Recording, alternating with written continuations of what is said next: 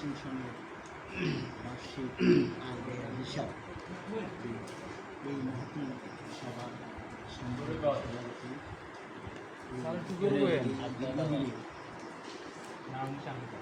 দীর্ঘদিনের সেবক বা পথ নির্দেশক বাবু সুদীপচন্দ্র অধিকারী, কমিটির নেতৃবৃন্দ, উপস্থিত এলাকার ভক্তবৃন্দ বা মন্দিরের গীতা কমিটি সবাইকে আমার সমাজ। যেহেতু আমি গত আসলে হিসাবও ছিলাম, 5 বছর এই কমিটি হয় সেখানে সবাই পেয়েছি কমিটি দেখার জন্য বিভিন্ন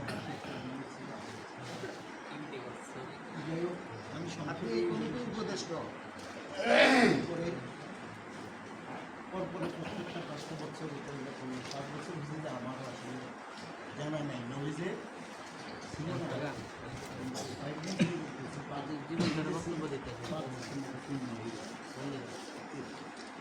এখন 5 বছর করে মিডিয়া তারা প্রকাশ করলো এখন আলোচনা সভাপতি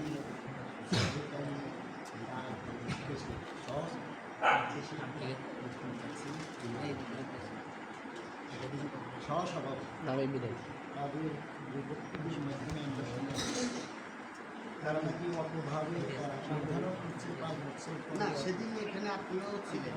হ্যাঁ, তাই এটা বলাই হয়েছে, সেটাই আলোচনা আসতেছে অপভাবে কমিটির মেয়াদ তারপরে আসবে এটি নিয়ম ধর্মীয় কাজের এবং বাবু একটা মাসুম মানে ছোটো শিশু যদি নেতৃত্বে আসে সবাই সম্মতিক্রমে তাছাড়া এরা কৃতকার্যের কথা বলতে জমিটির তো কৃতকার্যতা আমি আসলে গত বছর না আসি তার আগে বছর ছিলাম আসলে। যাই হোক উত্তরোত্তর আসলে অনেকেই বৃদ্ধি করছে, দিনের দিনেই আসলে আমাদের প্রতিষ্ঠানের অবস্থান বৃদ্ধি করছে। তাছাড়া উন্নয়ন করতেছে, মানুষের মানসিকতার পরিবর্তন আসতেছে, ধর্মীয় ভাবাবেগের দিকেও আসলে হিন্দু সমাজ বা ছোট ছেলেমেয়েরা আগে আগে যাচ্ছে। আমরা যদি আমাদের ছাত্র জীবনের কথা বলি ওই মালা কি দীক্ষা কি এগুলি আমরা জানতাম। এখন আমরা যেটা দেখি যেটা আসে ওই দীক্ষাও নেয় ছোট যারা স্কুলে পড়ে বা কলেজে পড়তেছে তারা ব্রত নিতেছে, আবার মালও নিতেছে। আমাদের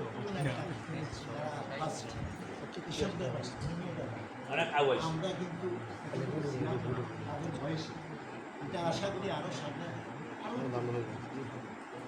এখন একটা কথা বলছিল এই মন্দিরে আমার স্কুল নিয়ে কথা বলছিল। আসলে স্কুলে আমাদের পথটাকে পরিষ্কার করতে গেছে, সেই পথ পরিষ্কার করার কারণে আমরা আসলে আসতেছি। এই পথটা পরিষ্কার না থাকলে তো আমরা আসতে পারি না। এটা আসলে বিভিন্ন বিভিন্ন মাধ্যমে সম্মিলিতভাবে যত সংগঠন আছে সব মাধ্যমে এগুলি আসলে আমাদের সেই ধর্মীয় সনাতন ধর্মটাকে যাইতেছে বা উত্তরোত্তর আরও এইভাবে যাবে। এখন যাই হোক সমিতির কাজে আমরা দেখলাম মোটামুটি আপনাদের মধ্যে সবাই সন্তুষ্ট। এই গত 5 বছরের কাজকর্মে অত্যাধিক সন্তুষ্ট। উদ্যোগী হ্যাঁ, ওই যে উত্তরোত্তর ইয়াং জেনারেশন আসলে যেভাবে এই কীর্তনে দেখছি আর কি সর্বোচ্চ মনে শেষ দিন আমি আসতে পারিনি কীর্তনে, দুর্ভাগ্য রাতের বেলা আসতে পারিনি, আমি বাড়িতে থাকতে হয়েছি। তবে আমি বাড়ি থেকে যা শুনছি আর কি তারপরে ফেসবুকে যা দেখছি মনে আলো নেওয়ার রেকর্ড সর্বোচ্চ ভক্তবৃন্দের উপস্থিতিটা আলো নেওয়ার যেটা আগে এর আগে কোনোদিনও হয়নি। যা আমরা আশা করি এই রেকর্ড ভাঙতে অনেক সময় লাগবে, কিছুদিন সময় লাগবে। যে রেকর্ডকে এবার সবার খুবই মোটামুটি সুন্দর একটা আলোচনা ছিল এবং অনুষ্ঠানটা তাদের ভালো হয়েছে। উপস্থিতি প্রসাদ পাওয়া সব কিছুই মানুষ মনে আপ্লুত। আমিও আসলে মনোমুগ্ধ। আমি সবাই পক্ষ থেকে কমিটিকে ধন্যবাদ এবং অভিনন্দন জানাচ্ছি। তাদের এই অনুষ্ঠানগুলি যে সুন্দরভাবে পরিচালনা করেছে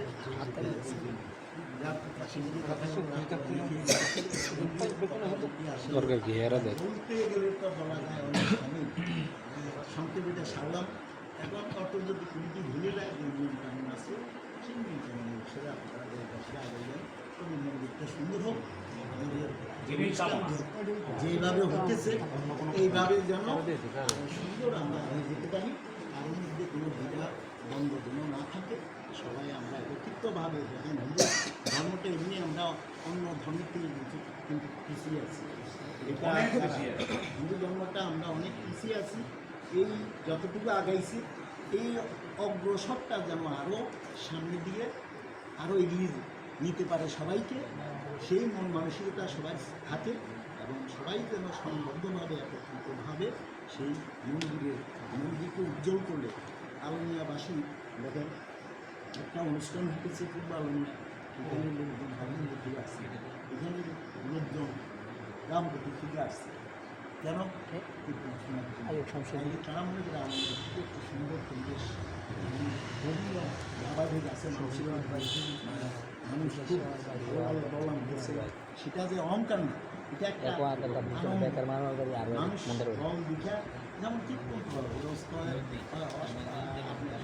হয় কিন্তু মানুষের দল আজকাল দলের ব্যাপারটা অনেক কিছু মানুষকে আবেগ সৃষ্টি করে, সে আবেগ যত দূরই হোক না মানুষ সে আবেগ সেখানে আবেগের জায়গায় গিয়া মানুষ উপস্থিত হয়। সেটা এই মন্দিরের তথা এই গ্রামবাসী একটা শুভ কামনা এবং এবং ভালো একটা অনুভূতি আলমিয়ার প্রতি মানুষের যাক। আর কথা বেশি বাড়াই না এবং যেভাবে সুন্দর হয় আর একদিকে এই সুন্দরটাকে ধরে রাখতে পারি সেটি চিন্তা ভাবনা। আচ্ছা, বাবু